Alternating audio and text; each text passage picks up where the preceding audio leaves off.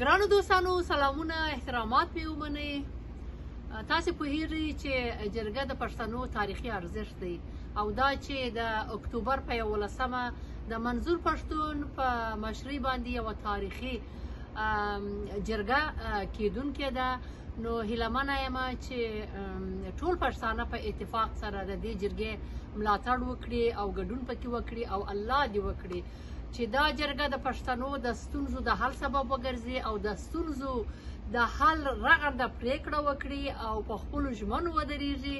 که غواړئ چې دا روانه غمیزه پای ته ورسېږي نو د دې جرګې ملاتړ وکړي او دا جرګه به د پښتنو د سولې، امن، ثبات او بقا لپاره به فیصله کوي.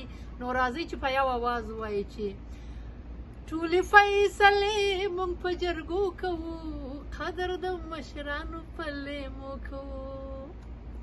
ټولې فیصلې موږ په جرګو کوو، قدر د مشرانو په لیمو کوو. دا وطن که سوځي په لمبو د جنګ، نور نو ختمول د دې جګړو کوو، قدر د مشرانو په لیمو کوو. پیغلو هم لشکرې جوړ کړي دي، پیغلو هم لشکرې جوړ کړي دي. نن به د ظلمو او میړنو کوو، قدر د مشرانو په لیمو کوو.